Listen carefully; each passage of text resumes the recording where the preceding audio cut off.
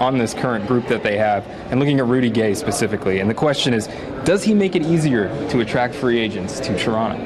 Oh, absolutely. Unless you're a small forward, because you're not going to play, you know. Right. But if you're at the other positions, yeah, definitely. So, if the Raptors have a need, and they will, and they'll have more than one need, I think he can be of major benefit, number one, in terms of picking up the phone or texting or whatever and saying, hey, you know, we'd love to have you here. I'd love to have you as a teammate. He's a guy that gives them a little name recognition to attract guys. So, yes, definitely. I don't see any negative in it whatsoever. I think the other factor is he brings a sense of, hey, that place is legit.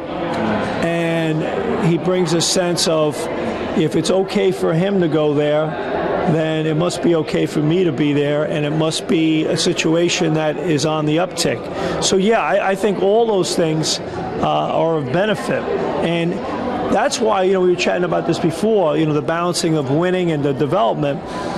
The key is here, what do they got, 20 games left? If they can be successful down the stretch in terms of win some games, develop some momentum, build some positive vibes, build a storyline heading into next year, as well as developing young players, it puts them in a position to be better recruiters, to attract guys to come.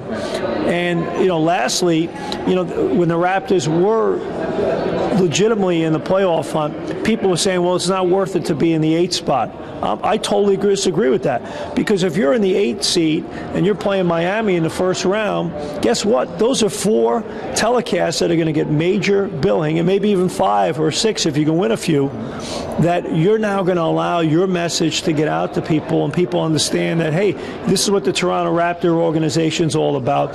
As a former college coach, anytime you can get an opportunity to play on television on a big audience against a real good team and let people see what you're about, only helps you sell your message. And I think for the Raptors right now, ask yourself this: how many times have they played in the last 5 years on U.S. national television, where the other 29 markets in the league are? We play every night in Canada, right, but on national TV. But how many times in the U.S.?